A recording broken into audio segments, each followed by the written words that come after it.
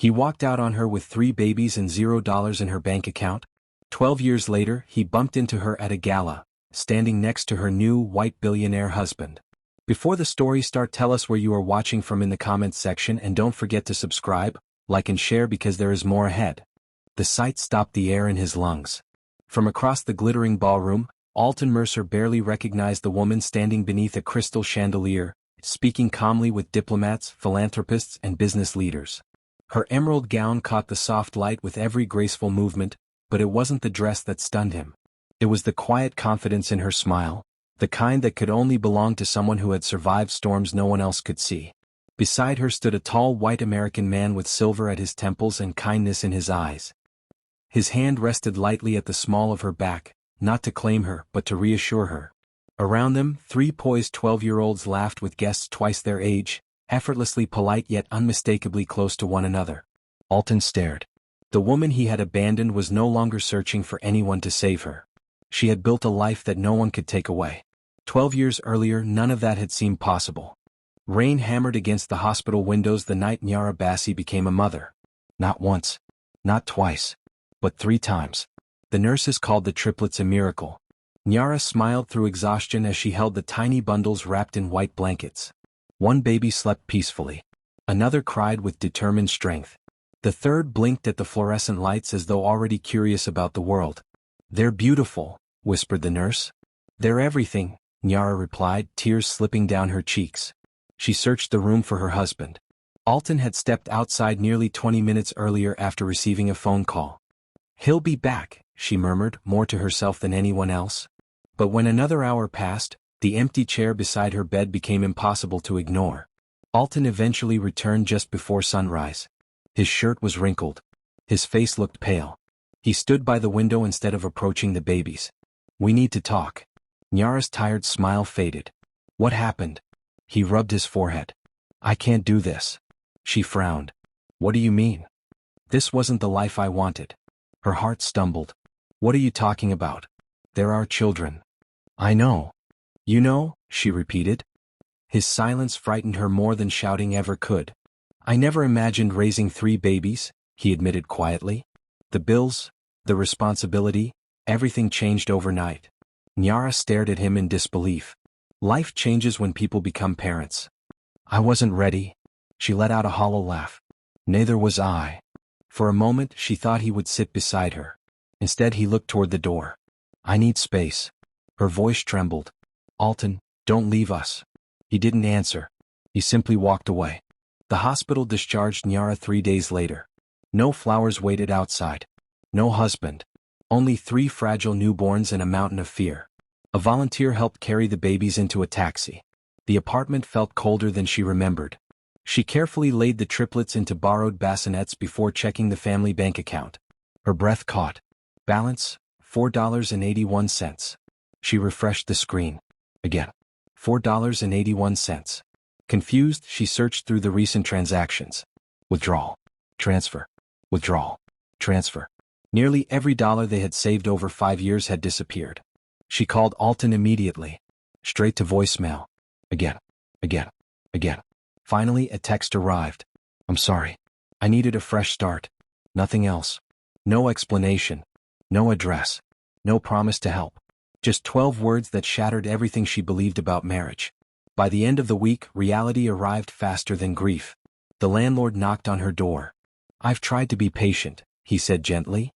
"But the rent is overdue." "My husband." She began before stopping herself. The word tasted unfamiliar now. "I just need a little more time." He looked past her shoulder at the sleeping babies. "I'll give you 10 days. After he left, Nyara locked the door and finally allowed herself to cry. Not because Alton had left, but because she didn't know how to feed 3 hungry children tomorrow. The first months blurred into endless nights.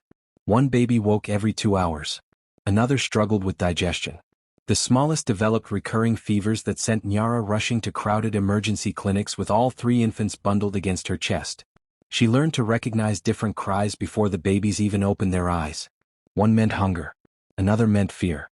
The third simply wanted to hear her heartbeat. Some nights she rocked one child with her foot while feeding another and singing softly to the third. She often forgot to eat. She never forgot to smile at them. Even when exhaustion made her vision blur. Milk became a daily calculation. Every bottle mattered. Every diaper was stretched as far as possible. Nyara sold her wedding jewelry piece by piece. The necklace went first. Then the earrings. Finally her wedding ring. She stared at the tiny circle of gold resting in the pawnshop owner's palm. "You sure?" he asked. She nodded without speaking. That ring had once symbolized forever. Now it bought formula for exactly 8 days. As she left the shop, she slipped her bare hand into her pocket before anyone could notice. The eviction notice arrived 2 weeks later. Bright orange. Impossible to ignore. She read it 3 times before folding it carefully and placing it inside a kitchen drawer where the children would never see it one day. Not because hiding it solved anything. Because she refused to let despair become part of their home. When the electricity was disconnected, silence filled the apartment differently. The refrigerator warmed. The fan stopped. Summer heat settled inside the tiny rooms. That evening Nyara opened every window she could, praying for a breeze. Instead, mosquitoes drifted inside. She spent the entire night gently waving a towel above the babies while sweat soaked through her shirt. By sunrise, her arms ached more than her heart. A neighbor named Mrs. Caro noticed. The elderly widow had watched Nyara carrying groceries, babies, and burdens without complaint for months. That morning she knocked softly. "I made too much soup." Nyara knew it wasn't true. The pot was full. Mrs. Caro looked around the dark apartment without saying a word. "The power?" Nyara lowered her eyes. "It'll be back soon." The older woman smiled kindly. "It will." She reached into her purse and quietly placed an envelope on the table. "I can't accept this." "You aren't." Nyara frowned. "I'm investing in 3 future adults who'll hopefully remember an old woman who liked making soup." For the first time in weeks, Nyara laughed. A real laugh. Small. Fragile. But real. That single act of kindness reminded her that not everyone walked away when life became difficult. Still, charity couldn't solve everything. She needed work. She needed income. She needed a future. The problem was simple. No employer wanted to hire a woman caring for infant triplets. She filled out applications anyway.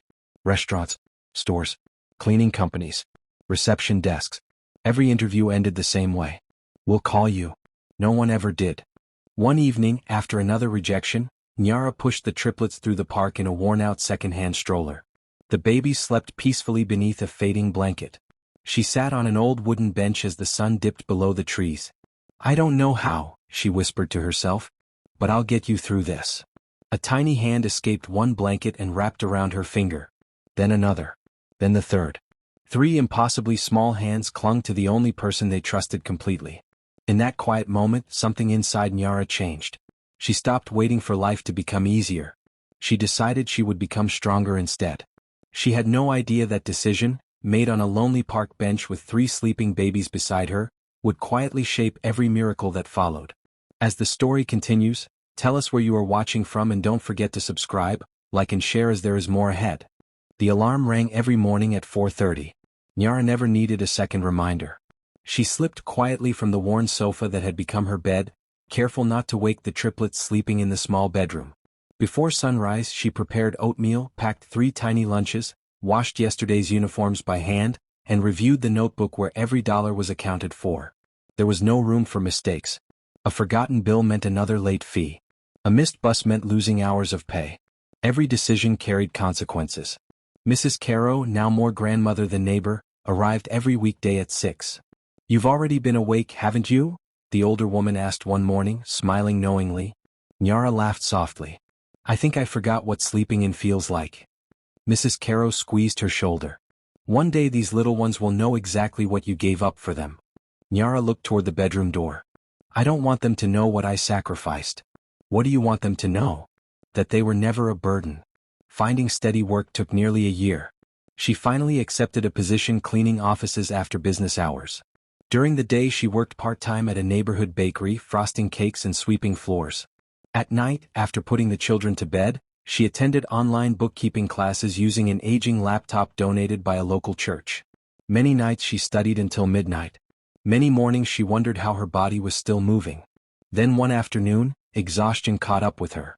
While carrying a tray of pastries she stumbled. The tray crashed onto the bakery floor. Silence filled the shop. The owner, Mr. Holloway, stared at the ruined desserts. Nyara immediately knelt to clean the mess. I'm so sorry. Her hand shook. I'll pay for everything.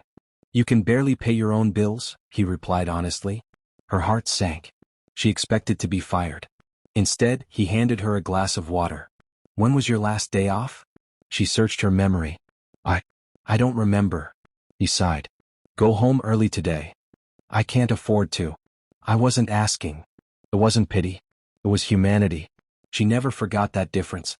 The years passed, not with dramatic breakthroughs but with countless ordinary victories. The triplets grew into children with wonderfully different personalities.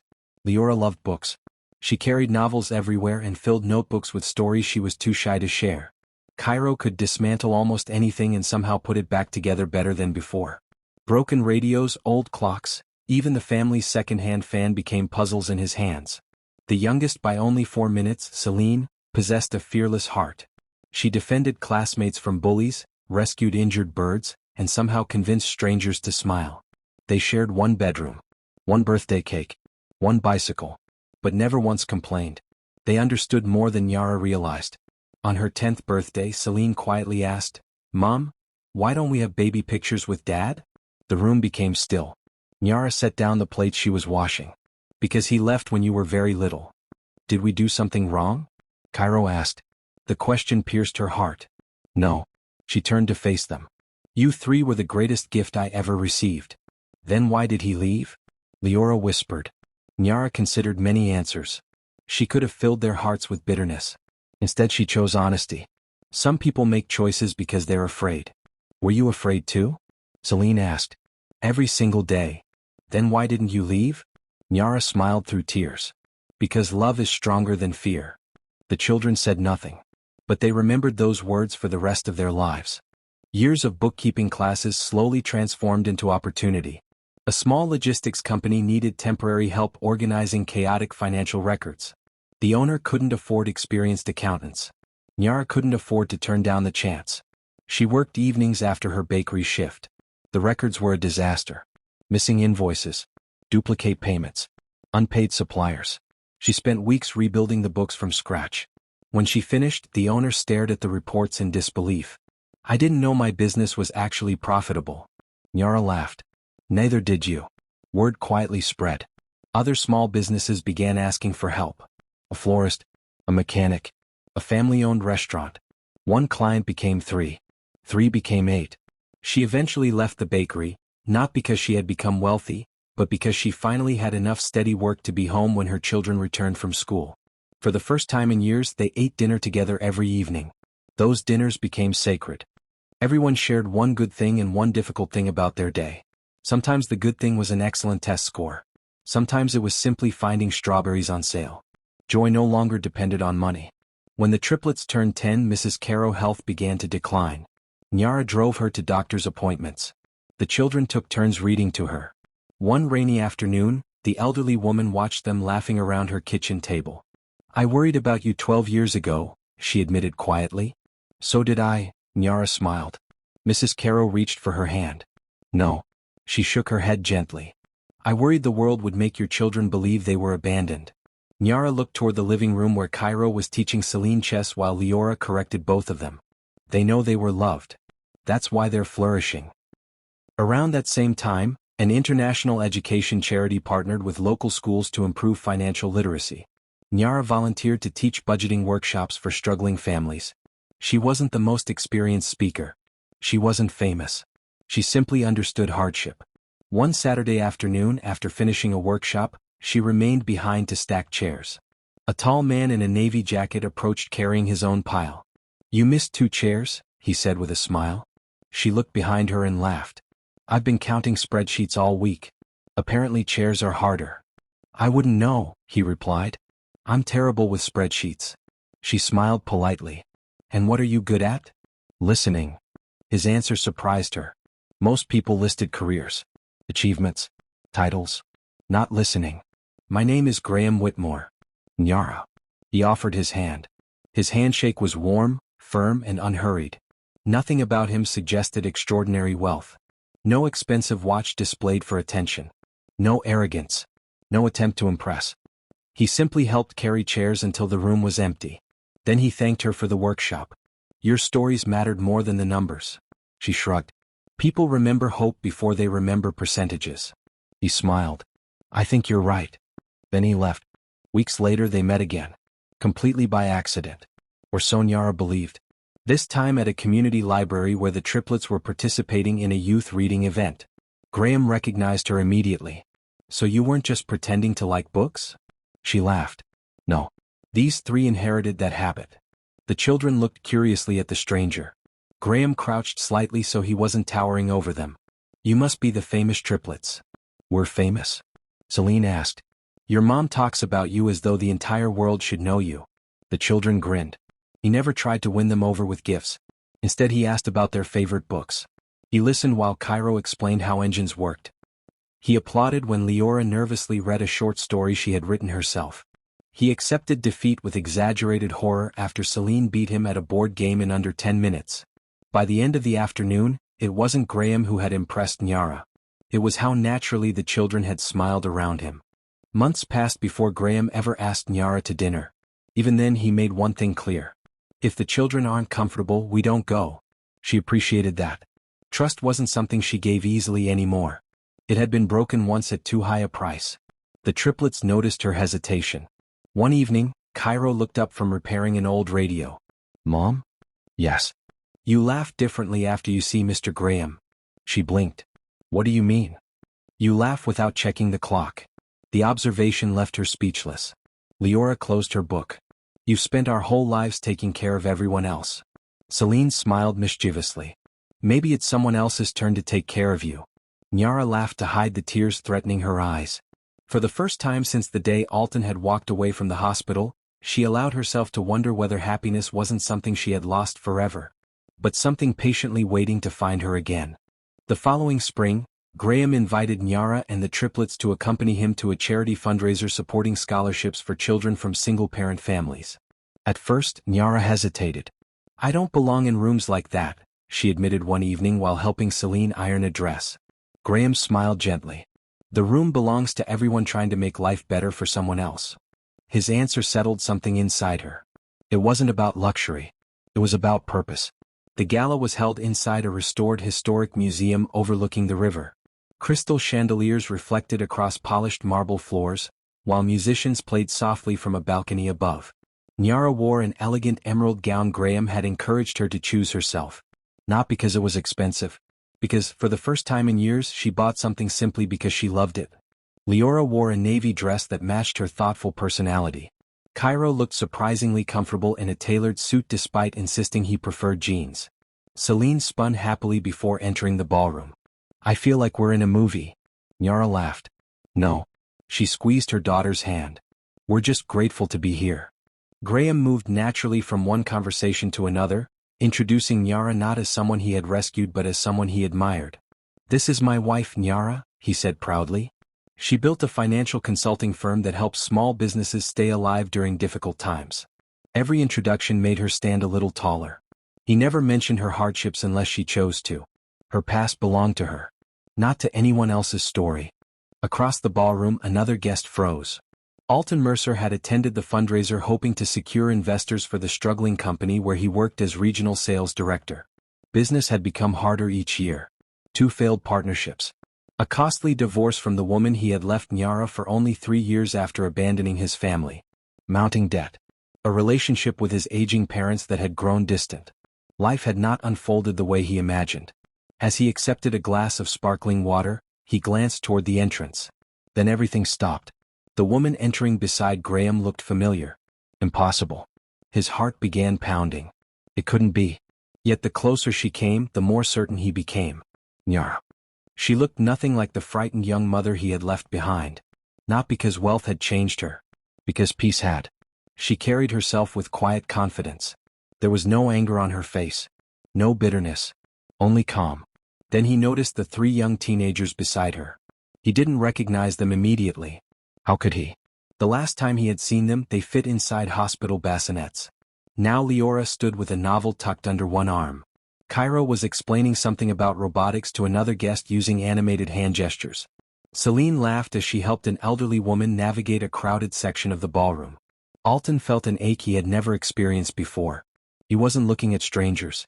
He was looking at 12 years of birthdays, first days of school, Christmas mornings, science fairs, late-night fevers, family dinners, 12 years that had happened without him. For several minutes he simply watched. He expected resentment, perhaps even humiliation. Instead he witnessed something much harder to accept. They were genuinely happy. Not because they were rich, because they belonged to one another. Graham leaned down as Celine whispered something into his ear. He burst into laughter. A moment later Cairo joined them, followed by Leora and Nyara. The five of them laughed together as though they had shared a lifetime. Alton realized something painful. Love couldn't be recreated by biology alone. It was built through ordinary days. Thousands of them.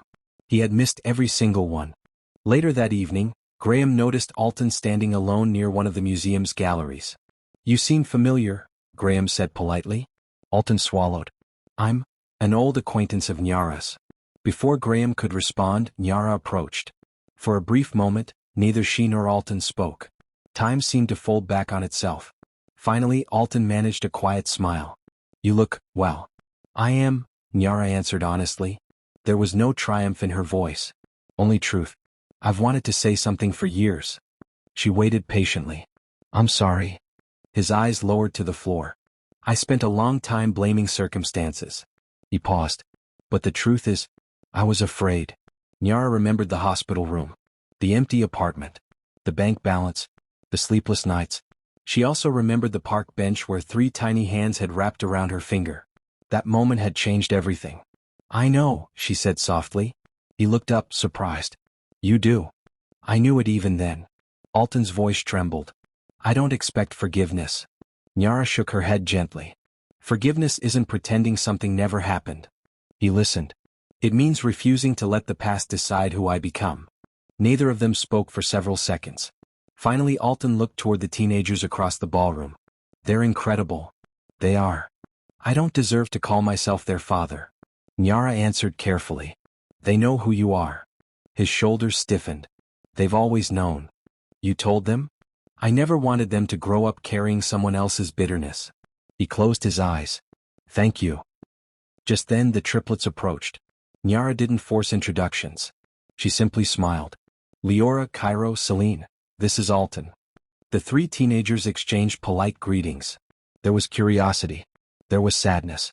But there was no hostility. Alton struggled to find words. "I've missed." He stopped. Honesty demanded something different. "I missed your entire childhood." The silence that followed wasn't uncomfortable. It was real. Cairo finally spoke. "We can't change yesterday." Leora nodded. "But tomorrow is still tomorrow." Celine smiled kindly. "If you want to know us, you can start by asking questions instead of making promises." Alton's eyes filled with tears. He realized they had inherited their mother's wisdom. Across the room, Graham remained where he was. He didn't interrupt. He didn't try to protect Nyara from a conversation she had chosen to have. His confidence came from trust, not control. When Nyara returned, he quietly took her hand. "You okay?" She smiled. "I think I finally am." He kissed her forehead. "I'm glad." Nothing more needed to be said. As the evening came to an end, guests gathered near the museum terrace overlooking the city lights. Scholarships had been funded. Children's programs had been expanded. Lives would quietly change because people had chosen generosity over recognition. Driving home, Celine leaned sleepily against the car window. "Mom?" "Yes." "Do you think people can really change?" Nyara looked out at the lights passing by. "I think people can." She glanced at Graham, whose attention remained on the road. "But changing doesn't erase yesterday. It just helps tomorrow," Leora added. Nyara smiled. "Exactly." Months later, Alton began writing letters to the triplets. Not to ask for instant forgiveness. Not to explain away the past. Simply to tell them about himself and to ask about their lives. Sometimes they replied. Sometimes they didn't. Trust like love grew slowly. He accepted that. For the first time in his life he stopped looking for shortcuts. Years earlier, Nyara had believed her life ended the day a frightened man walked away from a hospital room. She eventually discovered that it was only the day another story began. The greatest victory wasn't standing beside a billionaire at a glamorous gala. It was raising 3 compassionate children who chose kindness over resentment, and building a home where love was proven by everyday actions instead of empty promises. Because true success is never measured by the person who leaves you behind, it is measured by the family you choose to build, the courage you find when everything is gone, and the love that remains strong enough to light the way forward. Thank you for watching. Kindly subscribe, like, and share to help us grow. The end.